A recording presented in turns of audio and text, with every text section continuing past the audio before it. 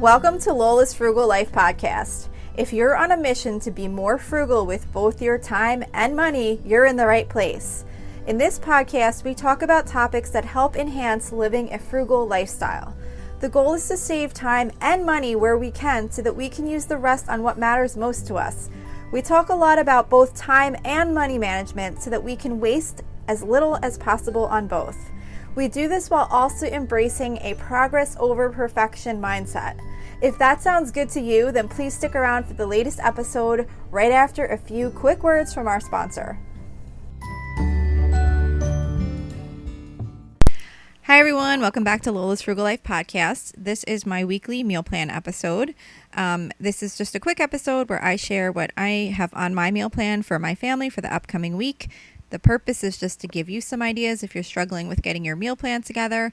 Also, hopefully just motivating you to put a meal plan together, because I find that my meal plan is probably one of the best ways that I'm able to save myself time and money and just kind of make each day a little bit more organized. I'm never thinking about what's for dinner on any given day because I already have my meal plans done ahead of time, and I do that largely by rotating recipes over the course of time so that I'm always building future meal plans as the weeks go along. So this week's meal plan starts on Saturday, August 3rd. On Saturday, I'm going to be making Cuban-style pork chops. These are cooked on the grill. This is from foodnetwork.com. I really love this recipe. I make it a couple of times each summer. Basically, you take boneless pork chops, you marinate them with, it's like a mixture of orange juice, lime juice, some fresh oregano leaves, which you don't have to do if you don't have, and some oil, and then you stuff them with Swiss cheese and ham, like deli ham, and then you cook them on the grill, and they come out so good, and they look like kind of fancy, like you would get at a restaurant. So I really love making those in the summer. As a side, I'm going to be making loaded potato salad, which is from tasteofhome.com. This is not my normal potato salad, but I make this one like maybe a couple times per summer.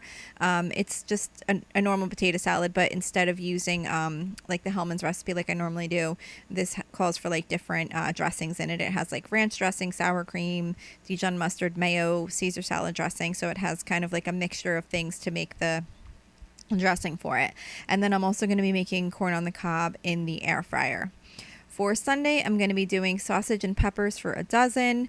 I'm just going to be, this is really just, I throw sausage and peppers and onions and sauce and a jar of sauce in the crock pot and cook it all day. As I've said before, the recipe that I always share for this is actually a recipe to bake it in the oven, but I use all the ingredients that it says and I do it in the crock pot.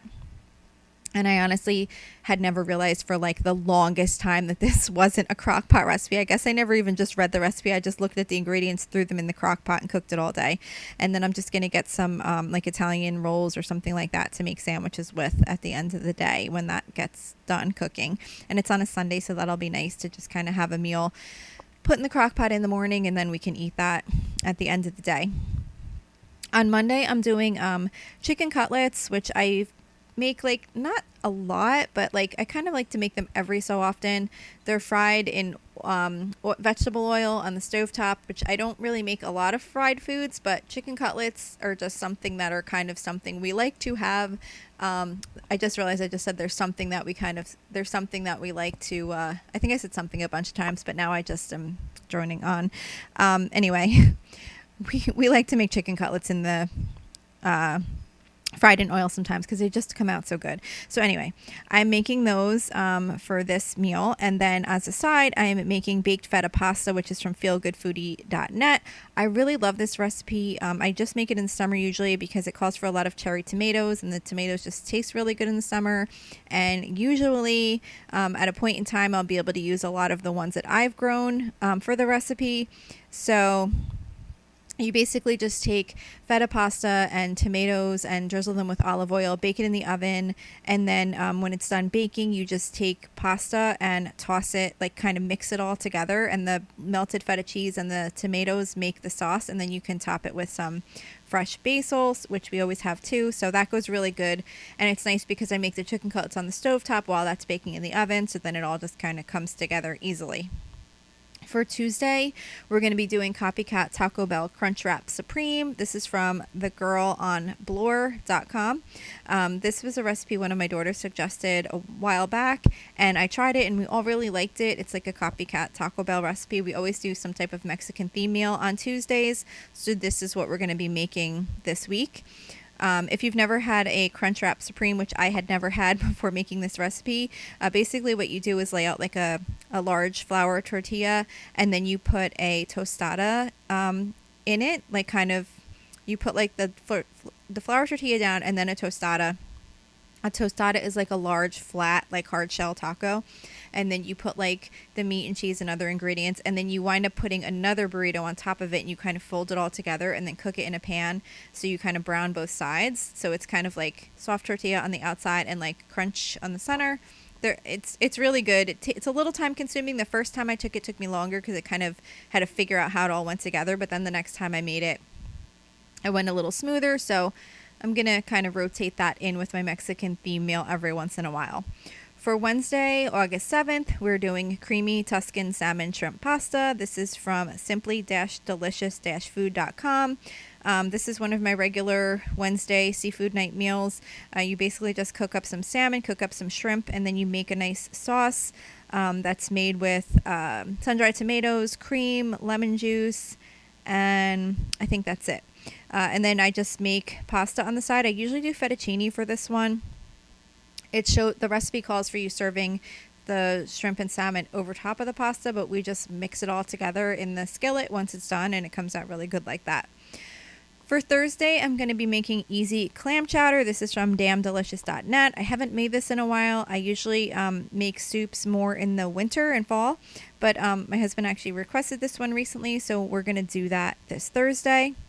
And then Friday is our hamburger night, which we do every other Friday. So I've been just using the Costco frozen burgers, which has made hamburger night super, super easy because I just throw them on the grill real quick and they're done in no time. And then I'm also going to be doing oven fresh seasoned potato wedges. But like I said, I usually don't wind up making those. I usually wind up like I've said in previous episodes, in the summer. I don't usually wind up making those in the summer because you have to cook them in the oven for a while. So instead, I usually just slice up the potatoes, toss them with a little olive oil and seasoning, and just throw them in the air fryer until they're nice and crispy. And then we'll be doing a can of pork and beans with that also. So that's it for this week's meal plan. Like I said, you can find the full meal plan post on my website each week. It comes out on Wednesday, the same day as this podcast episode. So go check that out if you need links to any of the recipes that I mentioned. And that's it for this week. I will see you back here next week. So thank you for checking in for this podcast episode. And don't forget, you can always email me with any questions or suggestions at lolasfrugallife@gmail.com. You can follow me on Instagram and Facebook at lolasfrugallife. And you can find a blog post for most of my episodes and definitely all of my meal plan episodes at lolasfrugallife.com. You can also join our private listeners group at facebook.com/groups/lolasfrugallife. And if you enjoy the show, please make sure to subscribe on Apple Podcasts, Spotify, YouTube, or wherever you listen from. And I would love it if you would screenshot the show and tag me on Instagram so I could see you're listening.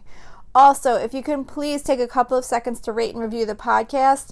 Those ratings and reviews are what help the show come up better in search results so that other people can find this podcast. So that will really help me in growing my audience.